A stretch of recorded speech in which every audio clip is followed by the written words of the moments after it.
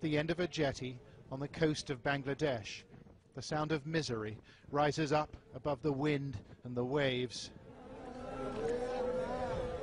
140 men and boys have been caught by the Coast Guard. They're Muslims from neighboring Burma, and they're pleading and praying for their lives. "Oh Allah, save us, they cry. But the officers aren't listening. After weeks of violence in northwest Burma, members of the Muslim minority, called the Rohingya, are trying to flee. But no one wants them. An officer takes photos. His colleagues hand out water and a packet of rice. And then they order the group back out to sea.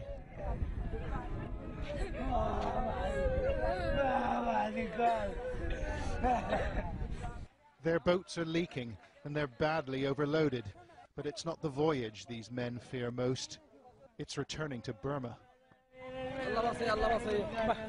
"They'll kill me," says this man. An officer from the Coast Guard replies, "Allah will save you. Now go back." In Burma's Rakhine state, the fires have been burning for weeks. Homes have been razed and lives taken by hate-filled mobs.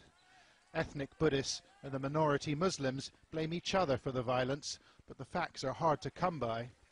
International NGOs have pulled their staff out, too dangerous, they say, while Burma's government won't let independent observers in.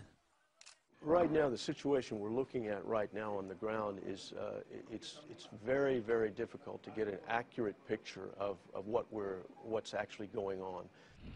Information is scarce, but our camera team found people willing to talk. Rohingya refugees who'd made the crossing to Bangladesh, avoiding army patrols and the Coast Guard too. Some are hiding in farmers' shacks, and others have been taken in by sympathetic locals. Our team spoke to one traumatized family not far from the coast. They told us they had suffered greatly in Burma. My sisters, brothers and other relatives were burnt alive.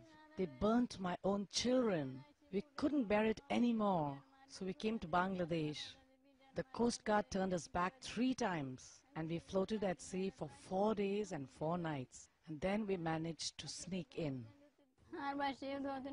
3 of our children were burned to death in Burma. Another 2 died in the boat getting here. Like other Rohingya refugees, members of this family told us that policemen and members of the military in Burma took sides, participating in attacks on Muslims.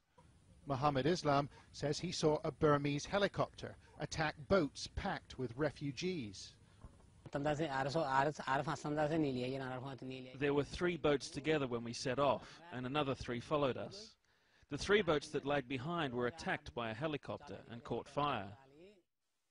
He thinks almost 50 people were killed, although Burma has denied the allegation. The helicopter was circling in the sky. We saw something reddish fall on the boats, and instantly they exploded into flames. 300,000 Rohingya already live in Bangladesh, many in this desperately overcrowded refugee camp. And the government here says it won't take any more. The Rohingya are Burma's problem. But some have made it through, like these famished refugees eating rice on the floor of our team's hotel room. Everyone wants to take shelter in Bangladesh, but they can't get in. The police are everywhere. Mr. Shakur painted a distressing picture of his hometown, of residents and neighbours consumed by hate and bloodlust. They slashed our children. They put a sharp sword on the ground. They held infants above the sword and let the infants fall on it. They killed the babies that way. Did you see this happen? We asked him. Yes, I did. I saw it with my own eyes.